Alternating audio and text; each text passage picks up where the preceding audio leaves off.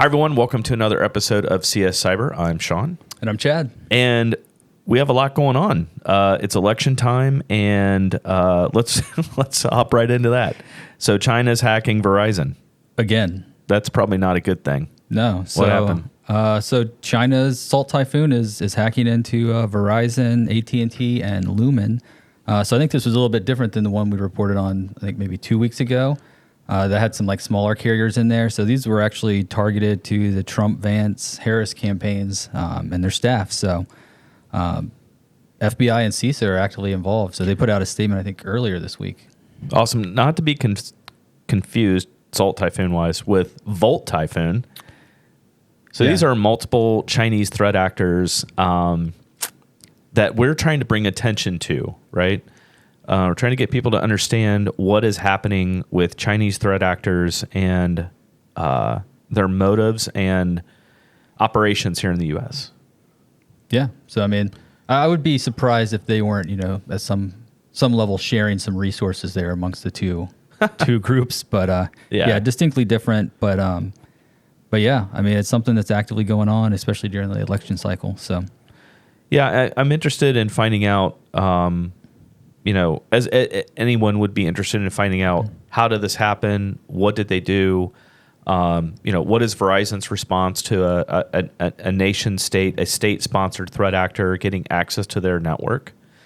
And I think that calls for some pretty, brisk questions to get some serious answers. Yeah, it looks like this. I mean, this was a good kind of public-private partnership, right? So FBI and CISA deployed resources to help the carriers, and they were kind of working through it with them. So I think that's a good thing. All right. Sounds good. Well, we'll keep an eye on that one. What else is going on? Another massive data breach. Wow. So, insurance customers' personal information. So 800,000 from Landmark Admin. I'd never heard of them. There's a lot of the behind the scenes kind of people you don't really hear about that really has a lot of our data. Right. So this happened back in June. So this has been going on for a little bit, right? So I think the breach actually happened in May and is just kind of now coming out. So they hired, the third party investigators to come in, and they've just been investigating this entire time. So, but good news is they're going to offer some free credit monitoring. Right. So, yeah, because that helps. So, just things that we usually recommend for people that become victim of these types of things, definitely enabling multi-factor authentication on your account, monitoring your account for suspicious activity, those types of things, definitely some good security recommendations. Yeah, so I think with the details they took, I mean, it was full name, addresses, socials. I mean, just think of what an insurance company has, like they have everything. Other than that, it was fine. Right. Passport numbers. Yeah. Yeah. Bank details, medical information. All right. Policy numbers. So, yeah. I mean, really, like what you said, just don't use two-factor on your insurance accounts or your bank accounts. It's you really got to protect all of your accounts. And I know, right. I get emails periodically in the middle of the night saying, "Hey, you're requesting to change your password," and I'm like, it freaks me out every time. Every time I immediately get up the next morning and I'll change those passwords and make sure everything's set. But yeah, MFA strong passwords is really key. Yeah, it's definitely a situation where you can't rely on the security of the provider that you're with. You've got to take some action to make sure that you're using a password manager, that you've got good solid passwords, that you've got multi-factor set up. We're heading into the holidays, and that's probably we're heading to the holidays. So let's head to the next article, because I think that plays into this. Yeah, so hackers put 350 million Hot Topic records on the dark web. So, and I had to ask, I didn't know what Hot Topic was, and it is... retail clothing. So it's Hot Topic, Box Lunch, and Her Universe. So it's... I don't know. I didn't know they owned all those brands, but you normally see them in local malls online. But yeah, I kind of bounced this off the Target breach, and Target I think was 40 million. This is 350, so they're touting this as the largest retail breach thus far. Yeah, and so 'tis the season, right? We're heading into the holidays. This is definitely a time where we see an increase of activity, especially in the retail sector for sure, because we have a lot of card swipings going on. This particular breach was InfoSteal or malware on a third party, I believe. Yeah. Yeah. So, this third party stuff, third and fourth party, we've talked about it multiple times here, is really getting out of control, right? Organizations, I don't think, are properly monitoring their third parties. I don't think they're putting the restrictions on the third parties when they do agreements with them contractually. So, for example, when Hot Topic entered into their agreement with their third party, what specific things did you dictate in that contract that you were requiring for Hot Topic, to have from a cyber perspective to protect that data that you were exchanging? Yeah. And that's tough, right? I mean, it's tough to get those things in contracts and then have enforce them. Yeah, and enforce them, right? So yeah. It's really tough on both parties, especially if you're using a platform that you kind of rely on to run your business, right? Yeah. To make a change. So no, absolutely. It's tough, and it's a tangled web, I think. What a tangled web we weave. Right. All right. Good one there. What's going on at okay, here we go. We've got some interesting conspiracy / espionage file stuff. Yeah, I thought this was just really interesting, not so much from a cyber perspective, but just from a nation state kind of espionage. So Beijing claims that it found underwater lighthouses. That's awesome. That unnamed countries are putting out there to kind of monitor their naval activities. So both they like buoys on the surface, and then devices embedded in the sea floor. Yeah.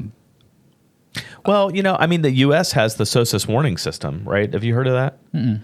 So the SOSUS warning net is basically, especially like on the East Coast, this was Cold War era stuff. There's a network of microphones underwater, and it exists today. And its point is because the SOSUS warning system picked up on that dude that built the submarine out of like styrofoam or something, and it imploded. What? Yeah. So did you hear about that? No. So some guy built a submarine and took a bunch of millionaires down to the Titanic, and it imploded. Yeah. The SOSUS warning system, the SOSUS microphones heard that.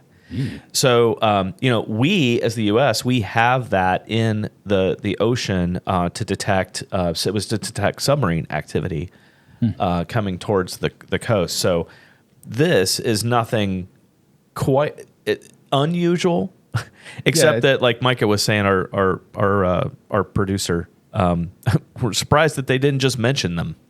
Right. Like they didn't just name the countries like unnamed foreign entities. Yeah.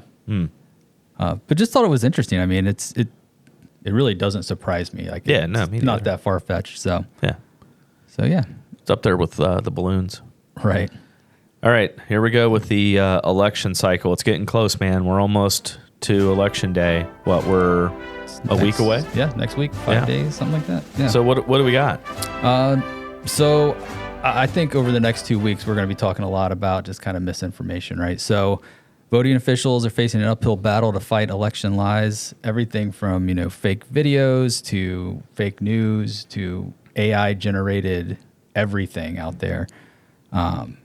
So yeah, I think it's something we're going to be talking a lot about over the next 2 weeks. Yeah, I bet. I was talking to somebody yesterday about this, and just the run on the amount of this is an interesting time for many, many reasons, right? But if you just think about like the age of people and the way they consume news, we're approaching a situation where we have an older generation that is used to turning on the news at 6 on the television, and that's where they consume it. But we also have a younger generation that is choosing to consume news. I think it's called consumer bias, where they just pick a person or an entity or an outlet that they agree with, and that's where they consume their news, right? So they're going to get the information wrong or right. Right, and I also think, along those lines, people are consuming it in tweets or sound bites, right? So absolutely. It's really not getting all the context. Get the context of it, right? So just something to be aware of. I think, like I said, it's something we're going to be talking a lot about over the next 2 weeks. And we were talking about this actually. So I personally think, I've been reading a lot of articles about this. No matter what happens in the election, whether it's Trump, whether it's Harris, China, Russia, they already have playbooks for both, right? Yeah. So I think we'll be seeing a lot of that after the election, those 2 weeks following. Yeah, I agree. And just trying to cause just civil unrest. So yeah, I've been on a couple intelligence conference calls over the last couple of weeks, just getting up to speed for our clients on what's happening from a cyber perspective with the election. Again, no evidence that our election system has been tampered with in any way. I think what we're seeing mostly is there was the fake video incident where there was something being circulated about ballots had been destroyed in Pennsylvania. And I think a Russian propaganda organization had posted that. So it's just this disinformation, misinformation thing going on, and the use of AI and deepfakes and the lack of training for individuals, I think, really introduces this whole chaotic mix of what we're entering into. Yeah. All right. And lastly, so the FBI is warning about just, fraud schemes that are coming due to the election. So the one that really kind of stuck out to me was the voter registration alerts, right? If you get an email saying hey, you need to re-register to vote or something like that, and you've already registered, probably don't click that link. Yeah, right. I know I have been absolutely obliterated with texts. Oh, yeah. I mean, I bet you I get 5 a day. And I don't know if it's actually coming from the campaign. So there's no interaction with any of those at all. So, all right. Well, I think it's a good opportunity to say, hey, let's really be careful out there, right? Yeah. All right. Well, that's all we have for right now. Thanks for joining us. I'm Sean. I'm Chad. And we'll see you next time.